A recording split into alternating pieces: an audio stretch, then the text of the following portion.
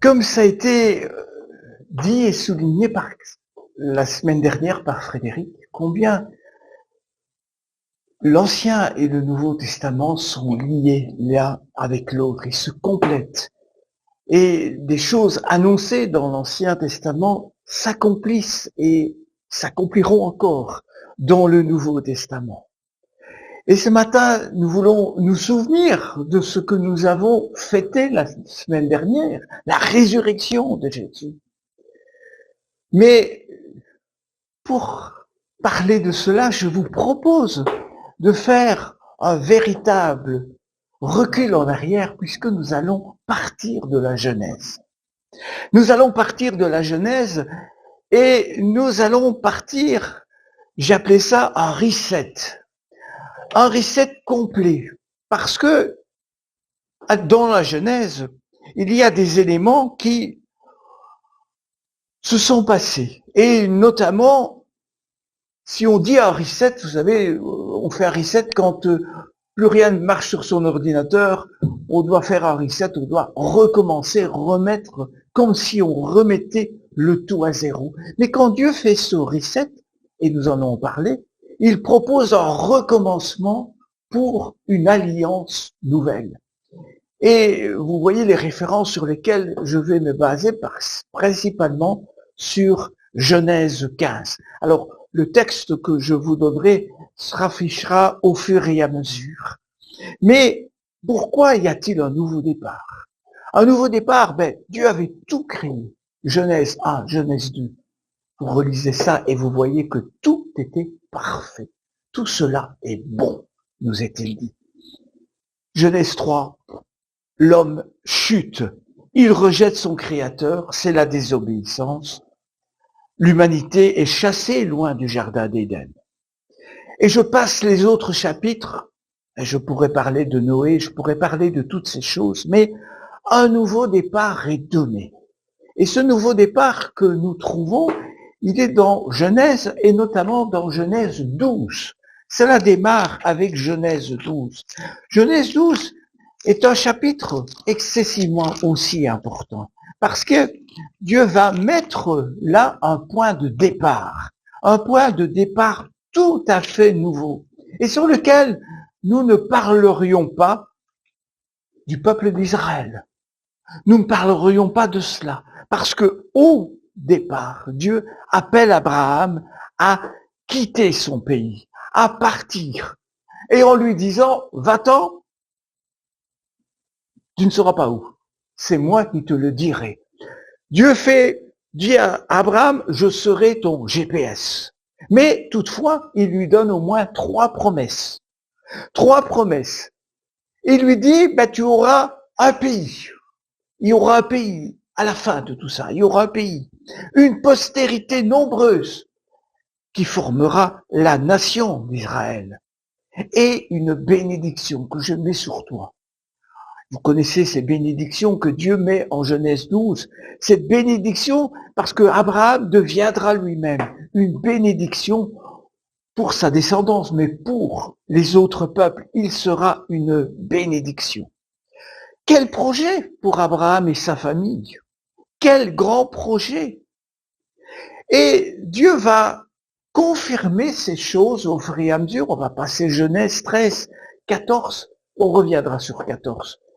Quelques instants. Mais en tout cas, ce qui va se passer, c'est où Dieu va reparler de nouveau à Abraham en Genèse 15. Alors, en Genèse 15, il va en tout cas commencer à parler à Abraham d'une certaine manière. Après cela, la parole du Seigneur parvint à Abraham dans une vision. N'aie pas peur, Abraham, je suis moi-même ton bouclier, ta récompense sera très grande. Alors, quand nous lisons la parole de Dieu, on le dit, on le répète souvent, attention, ne prenons pas le texte selon les chapitres et les versets tels qu'ils ont été composés, ou en tout cas améliorés avec le temps au XVIe ou XVIIe siècle, en y mettant des chapitres et des versets. Mais regardons alors tout ce qui est avant et pour bien comprendre. Lorsque il nous est parlé de ce qui est après cela, qu'est-ce que ça veut dire? Eh bien, il faut relire Genèse 14, 16 à 20, et je vous en donne quelques lectures de ce Genèse 14 à 20. En fait, Abraham a appris que son frère, ou plutôt son neveu, avait été pris en otage par des rois. Et il va lui-même composer une armée de 318 militaires. Pas énorme, hein, pour 5 rois, 318 militaires. Et avec cette armée, il va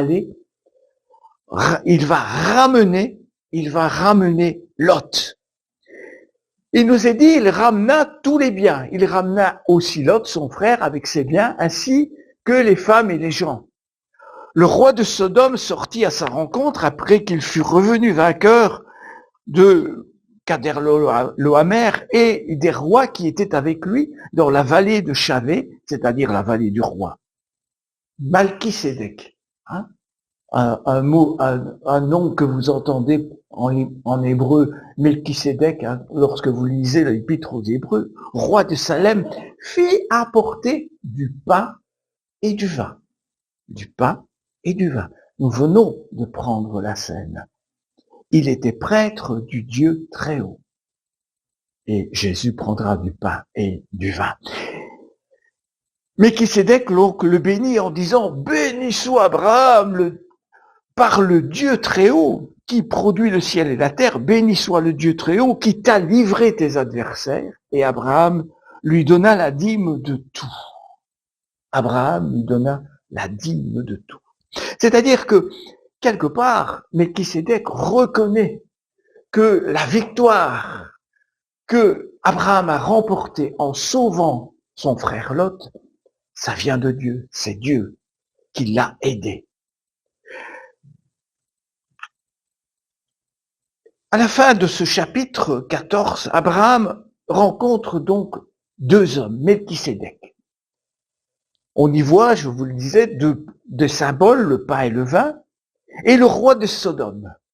Et le roi de Sodome, vaincu, qui négocie avec Abraham. Il va essayer de négocier avec Abraham. Si vous relisez le texte, je vous donne l'occasion de le faire, on ne le fait pas maintenant, mais il va lui dire, allez, donne-moi les gens et prends les biens. Donne-moi les gens et prends les biens. Mais Abraham va lui dire, pas du tout. Moi, je veux pas les biens. Je ne veux pas les biens parce que ce que tu me donnes, c'est de la marchandise sale. Et ça, je ne veux pas. Je ne veux pas. Je n'ai pas envie de me salir les mains avec du produit made in Sodome. Et on connaît Sodome et Gomorrhe, ce que c'était. Alors à ce moment précis, nous l'avons vu, il nous est dit qu'après cela, après des événements suivant votre traduction, Dieu s'adresse dans une vision. Dieu vient parler à Abraham. Une révélation axée sur une parole. Et il va parler à Abraham comme s'il parlait à un prophète. Quelque part, il va lui annoncer tellement de choses. Il va répéter des choses qu'il a dites, mais il va en donner des nouvelles. Il lui parle d'événements qui se dérouleront même dans des centaines d'années. Nous allons voir ça tout à l'heure. Et Dieu lui confie à Abraham ses projets, mais des projets de bénédiction pour le peuple d'Israël. Il fait confiance à Abraham. Mais il lui dit quand même, n'aie pas peur. Pourquoi lui dit-il, n'aie pas peur? Eh bien, on pourrait comprendre aisément. Abraham vient de réunir une armée, et il est allé combattre des rois, il les a humiliés. Mais ils vont peut-être bien se venger, ces rois-là. Alors Dieu lui dit, n'aie pas peur. Je suis avec toi. Je suis ton protecteur. Je suis ton bouclier. La suite du verset nous parle d'une grande récompense qui lui sera donnée. Il va recevoir, qu'est-ce qu'il va recevoir? Il va recevoir plein de choses, on va les voir ensemble. Mais, entre-temps, Abraham a bien agi. Il a refusé le butin. Il a refusé tout ce qu'on allait lui donner d'argent ou de biens sales. Abraham a fait le bon choix. Refuser le butin. Nous nous rendons compte que Dieu n'aurait pas pu donner peut-être une récompense, la même récompense à Abraham si elle avait été mêlée avec un butin sale. Aucun compromis. Mais Abraham interpelle quand même Dieu en lui disant, mais qu'est-ce que tu vas me donner? Que me donneras-tu? Je trouve que ce dialogue, et voilà, on va le voir, est un dialogue parfait entre Abraham, un homme comme nous, et Dieu, un Dieu parfait. Et nous allons voir tout au long de ce texte, Dieu a un plan parfait. Et il va travailler avec nous, avec des gens imparfaits.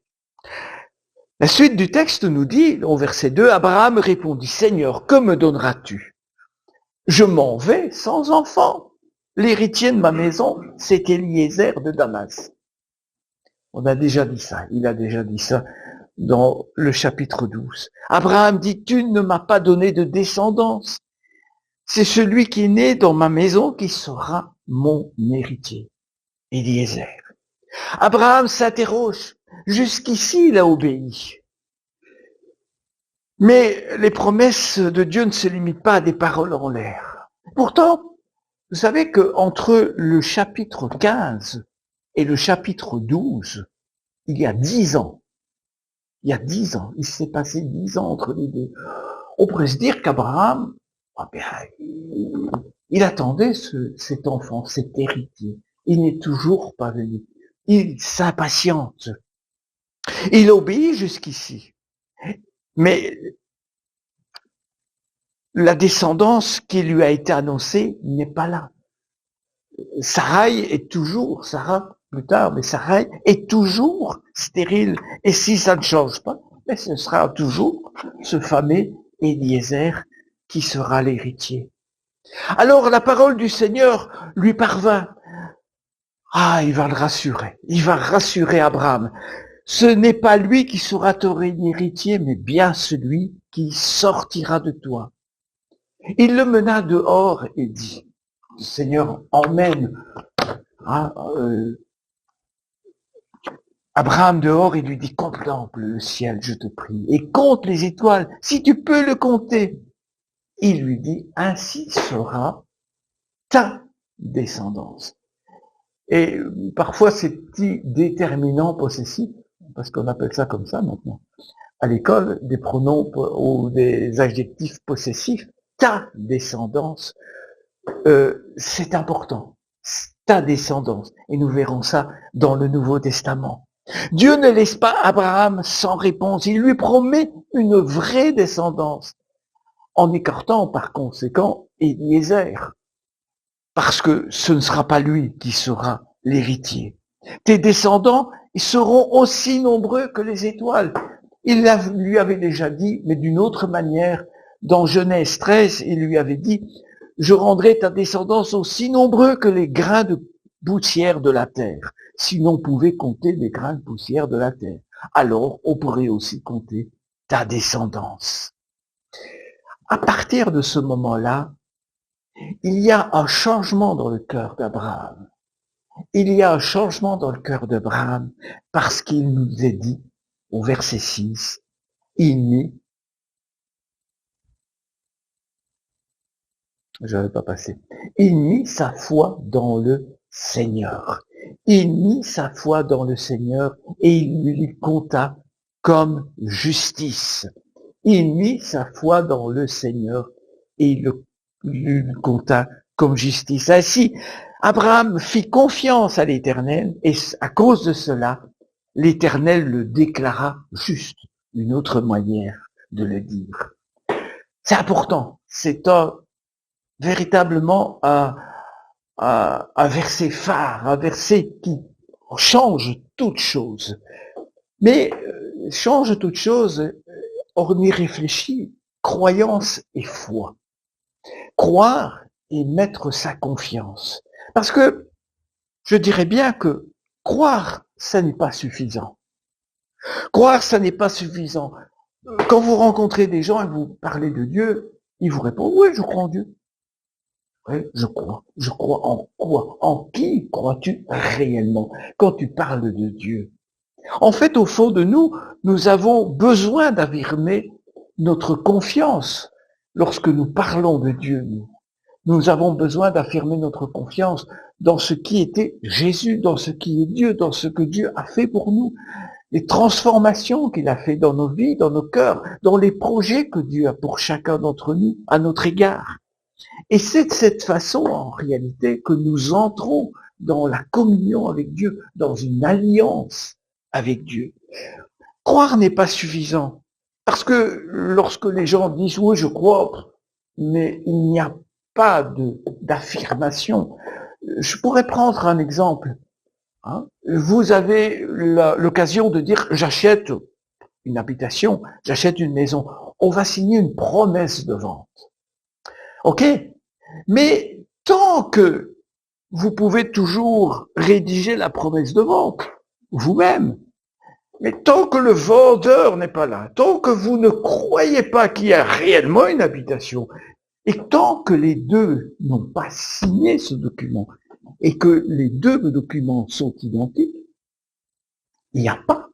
Vous croyez toujours avoir la maison, mais vous n'avez jamais fait le nécessaire pour aller jusqu'au bout. Et il y aura ce besoin d'avoir, lorsque il y a un compromis de vente, par exemple, que vous achetez une voiture ou n'importe quoi, une maison, vous avez toujours deux documents, un signé et l'autre signé, mais par les deux parties. Et c'est ce que nous allons voir, en fait. Mais la croyance, généralement, si elle n'est pas dans Dieu, en Dieu, elle va vivre des hauts, des bas, sans lendemain, sans s'appuyer sur une alliance sûre. Dans tous ces textes que nous avons vus, Abraham pose des questions, interroge Dieu. Abraham n'est pas incrédule, au contraire, mais il y a des doutes. Et il les exprime à Dieu. Et je trouve qu'Abraham est une illustration d'un croyant sincère et qui se pose des questions. Qui se pose réellement des questions honnêtes, parce que les promesses de Dieu lui paraissent peut-être improbables. Ça fait 10 ans qu'il attend. Sur une échelle du temps, le temps passe et les choses ne se réalisent pas. Ou alors, les choses qui lui sont dites à un pays quelque part, ça paraît tellement improbable. Mais malgré toutes ces luttes intérieures et au-delà de tout cela, au fond de lui, Abraham sait que Dieu a raison. Et l'intervention de Dieu, notamment pour sauver Lot, certainement l'a confirmé, que Dieu était là, que Dieu était avec lui.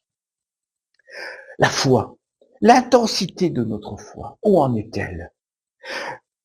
Nous les chrétiens, nous avons parfois le réflexe de paniquer lorsque il nous semble que notre foi est en baisse. Comme si la faveur de Dieu dépendait de l'intensité de notre propre foi.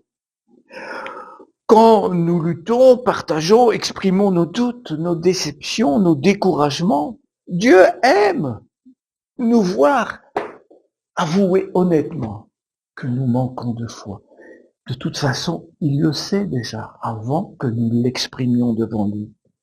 Dieu nous accueille les croyants qui luttent avec la confiance et la foi qui sont en lui. J'en prends pour exemple celui d'un papa qui avait un enfant possédé et qui va venir vers Jésus et qui va lui raconter, lui dire, mais souvent l'esprit l'a jeté dans le feu et dans l'eau pour le faire périr. Mais si tu peux faire quelque chose, laisse-toi émouvoir et viens à notre secours. Jésus lui dit, si tu peux, tout est possible pour celui qui croit.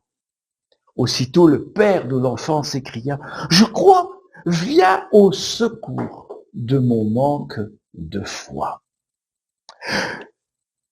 Comme cet homme qui dit à Jésus, je crois mais aide-moi car je manque de foi. Nous ressemblons parfois à ce papa. À cet Abraham, nous manquons de foi où l'intensité, il nous semble que l'intensité de notre foi a baissé, que nous ne sommes plus comme nous étions auparavant et que nous avons perdu l'objectif. Abandonnons-nous. Au Seigneur, comme il nous est dit aussi, si tu manques de sagesse, demande au Seigneur.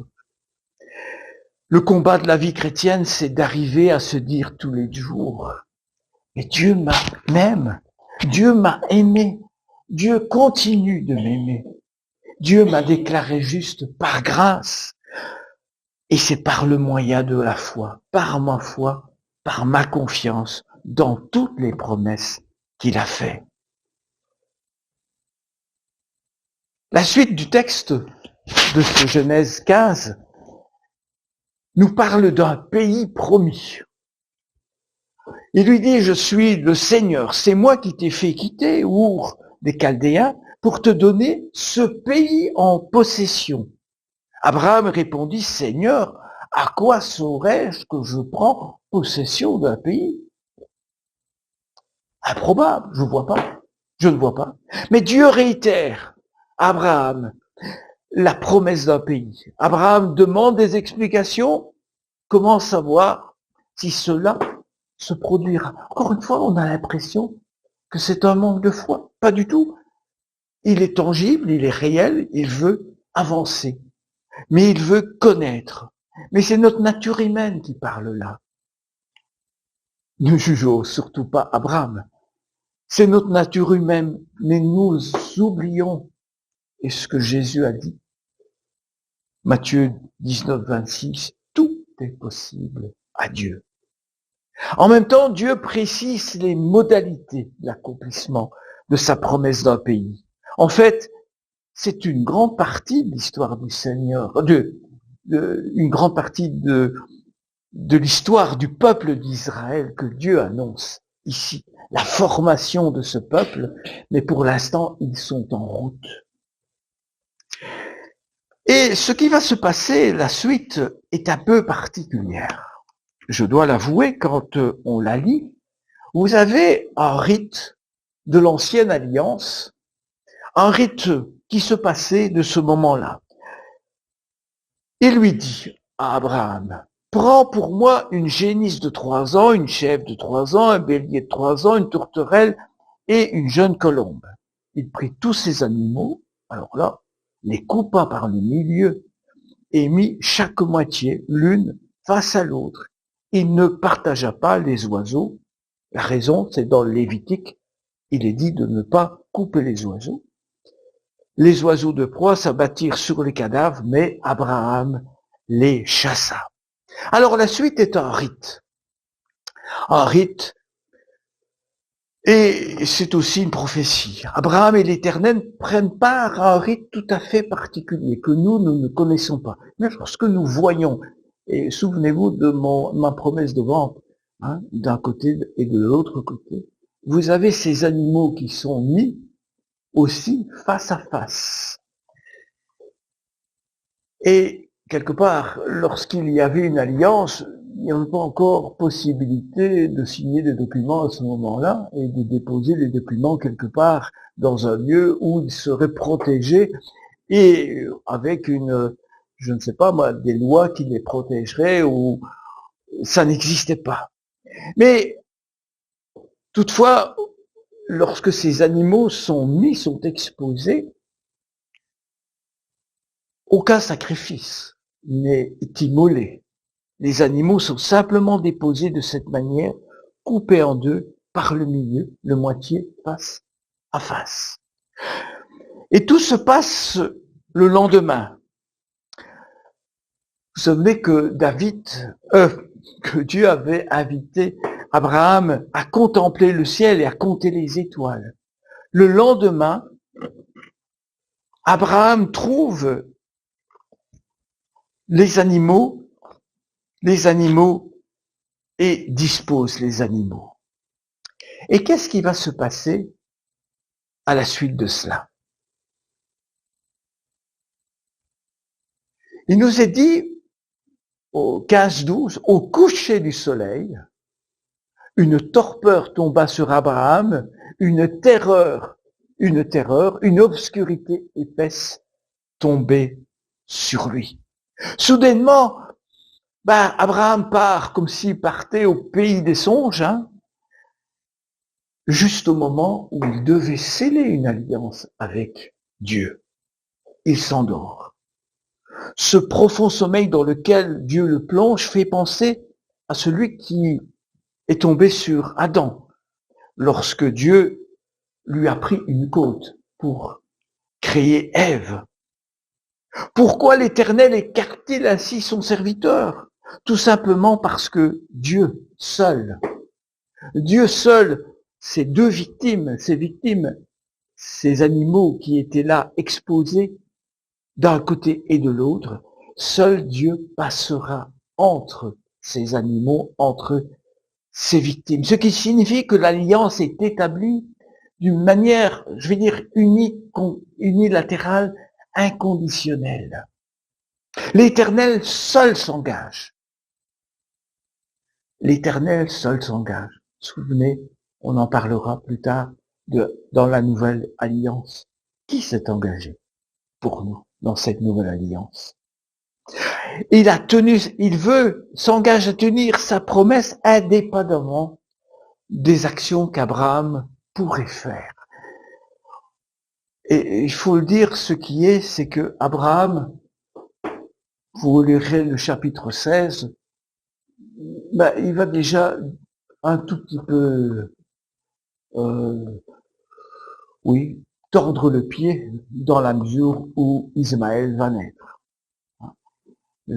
Comme je dis souvent, c'est un moment d'agarrement. C'est un peu ce problème. Donc, seul Dieu pouvait s'engager dans cette alliance. La prophétie concernant le peuple. Alors, il dit à Abraham, sache que tes descendants séjourneront en immigrés dans un pays qui n'est pas le leur. Donc, il annonce bien que ce sera un nouveau pays. Ils y seront esclaves, on les affligera pendant 400 ans. Mais je jugerai la nation dont ils ont été esclaves, ils sortiront ensuite avec de grands biens. Toi, tu iras en paix vers tes pères. Tu seras enseveli après une heureuse vieillesse. À la 4e génération, ils reviendront ici, car la faute des Amorites n'est pas encore à son comble. Qu'est-ce que Dieu annonce dans toutes ces choses? Et je vais un peu paraphraser. Autrement dit, Abraham, tu auras une descendance. Oui, ta descendance aura un pays. Mais pour cela, ça va prendre du temps. Et ce sera certainement douloureux. Dieu annonce que les descendants d'Abraham, les Israélites, seront esclaves en Égypte pendant 400 ans. Donc c'est sûr qu'Abraham ne verra pas ces choses.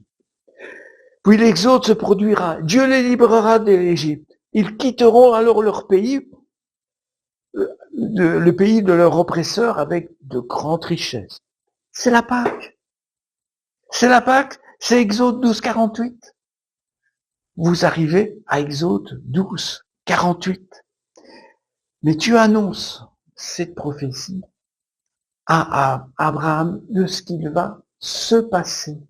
Et ce qu'il va se passer, c'est quelque chose de si merveilleux, la Pâque. Et c'est pour ça que je vous dis, entre ce que nous avons fêté, la résurrection, Pâques et la Pâque, voilà le lien particulier qu'il y a. Et Dieu va donc passer au milieu de ces animaux. Quand le soleil fut couché, l'obscurité devint profonde. Alors, une fournaise fumante, une torche passèrent entre les animaux partagés. En ce jour-là, le Seigneur conclut une alliance avec Abraham en disant, je donne ce pays à ta descendance depuis le fleuve. Et puis, vous allez avoir toute une série de noms qui sont cités. Et quelque part, Dieu est en train de dire à Abraham, voilà le pays. Et le pays aujourd'hui, il y a peut-être des Périsites, il y a peut-être des Réiaphites, il y aura des choses, mais voilà la structure du pays à venir que j'ai réservé à mon peuple. À mon peuple, j'ai réservé ce pays. C'est le point aussi culminant dans ce passage. Et si vous relisez attentivement ce passage, vous verrez que là aussi, et là aussi il y a 3 jours, là aussi il y a 3 jours, il y a eu un moment au coucher du soleil, et puis maintenant, et c'est seulement après que Abraham va se rendre compte des choses, un peu comme pour la mort de Jésus et sa résurrection. Les animaux coupés en deux sont au sol, et il faut savoir que lorsqu'on dit faire une alliance ou conclure une alliance, en hébreu, j'ai lu ça en commentaire dans ma Bible, en hébreu, c'est couper une alliance, en réalité. Le verbe qui est faire une alliance, en réalité, c'est couper une alliance. Et on comprend mieux les animaux qui sont mis séparés. Il vient de couper une alliance avec Abraham, d'où la présence d'animaux coupés en deux. C'était quelque part un engagement officiel qu'on retrouve dans des parties contractantes qui se faisaient entre des personnes. On y mettait des animaux coupés en deux. C'était une manière de se lier. On disait, on a fait un contrat. Voilà comment on l'a fait avec ces animaux coupés en deux.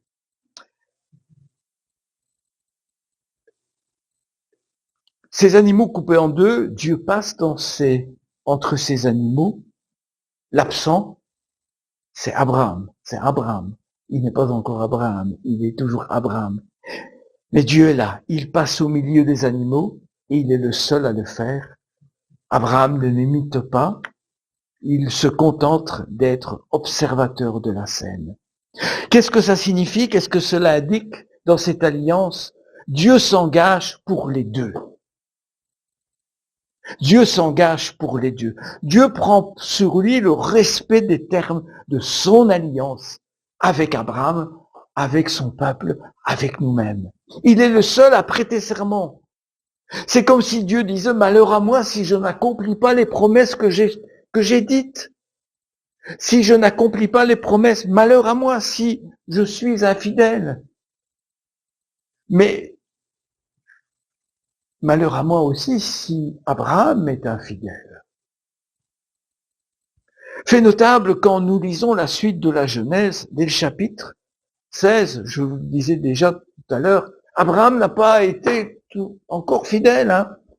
Il est allé voir une autre personne pour avoir un enfant. Cette alliance avec Abraham ressemble avec beaucoup de points avec celle conclue par Dieu avec nous en Jésus-Christ. Et c'est là que nous arrivons dans la nouvelle alliance. Cette nouvelle alliance, si nous sommes chrétiens, depuis un moment, nous savons que Jésus, et ça nous a été rappelé par la Sainte Seine, la veille de sa crucifixion, il a déclaré qu'il concluait une nouvelle alliance avec ses disciples. Puis il prit du pain et après avoir rendu grâce, il le rompit, le leur donna en disant, ceci mon corps qui est donné pour vous, faites ceci en mémoire de même. Il fit de même avec la coupe après le dîner, en disant, cette coupe est l'alliance nouvelle en mon sang qui est répandue pour vous. Quand vous lirez le Nouveau Testament, et vous verrez qu'il y a énormément de références à Genèse 15. Énormément de références. Parce que si nous avons parlé tout à l'heure des rites avec ces animaux, si nous avons parlé des promesses que Dieu fait, eh bien, cette nouvelle alliance que nous vivons et dont nous sommes les heureux bénéficiaires, elle est à l'accomplissement ultime de l'alliance d'Abraham. En Jésus, le rite s'accomplit. En Jésus, les promesses s'accomplissent. D'abord le rite.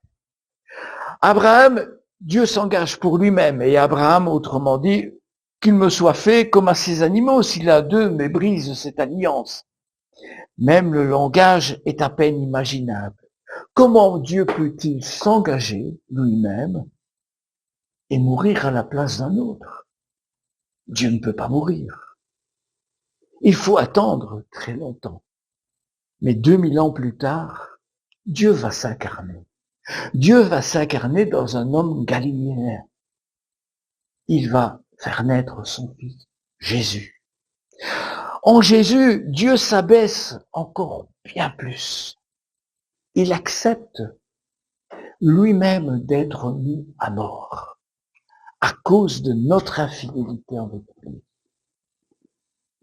Jésus, qui est pleinement Dieu, est décrit comme un agneau, transpercé et ensanglanté, qui nous représente et qui prend sur lui nos fautes, qui prend sur lui notre culpabilité. Comme Abraham, nous sommes des contractants à cette alliance. Nous n'oublions pas, nous ne voyons pas l'alliance telle qu'elle a été faite, mais telle qu'elle continue d'être faite parce que nous prenons la Sainte Seine en mémoire. Donc comme si nous reparticipions à cette alliance. Nous sommes des contractants et pourtant nous ne cessons d'être infidèles à Dieu. Mais sur la croix, le Fils de Dieu a pris sur lui nos infidélités, il a payé de sa vie pour nous pardonner et préserver ainsi l'alliance. Et ce n'est pas tout. Les promesses s'accomplissent en Jésus. La promesse que Dieu a fait d'habiter en nous, de vivre en nous, de nous envoyer le Saint-Esprit. Et les promesses d'une espérance nouvelle. Des siècles plus tard, Israël est devenu, c'était Israël un peuple. Ils sont devenus aussi nombreux que les étoiles du ciel.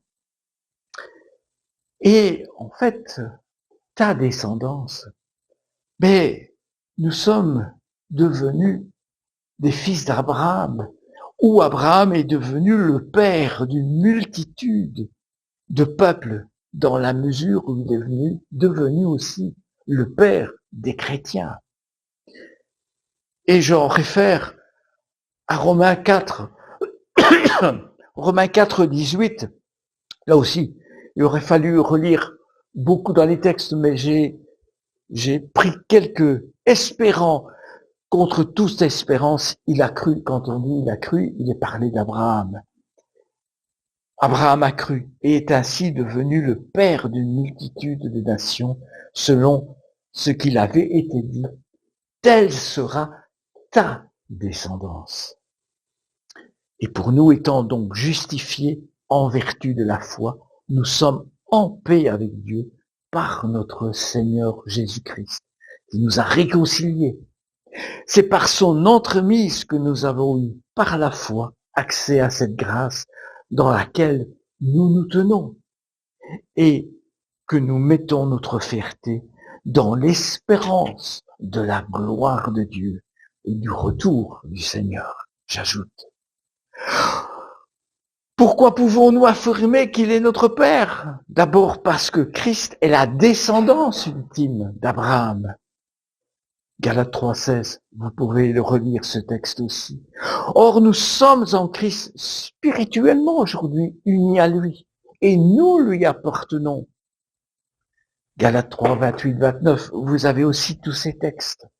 Ensuite, parce que Dieu nous déclare juste quand il voit une seule chose en nous, notre foi en lui, notre confiance dans ses promesses. Notre confiance parfois peut être vacillante, mais cette confiance en Jésus-Christ a accompli tout le nécessaire pour notre salut. Notre confiance, notre foi en Jésus-Christ accomplit tout le nécessaire pour notre salut. Et j'arrive à la conclusion. Je dirais, ne paniquons pas quand notre foi faiblit. Si tu es en train de penser que rien ne va, si tu as l'impression de lâcher la main de Dieu, sache que sa main, lui, te tient solidement. Il ne risque pas de céder. Il est toujours là. Ce que pouvons en retenir aussi, c'est que les promesses que Dieu fait sont véritables et s'accomplissent toujours. Ce qui a été dit à Abraham, 400 ans plus tard, c'est accompli, et puis aujourd'hui, elle s'est accomplie encore 2000 ans plus tard, et 2000 ans plus tard encore maintenant, elle s'accomplit. Ah, je n'ai pas mis le texte. Pardon. Les promesses de Dieu ne paniquent pas quand ta foi faiblit.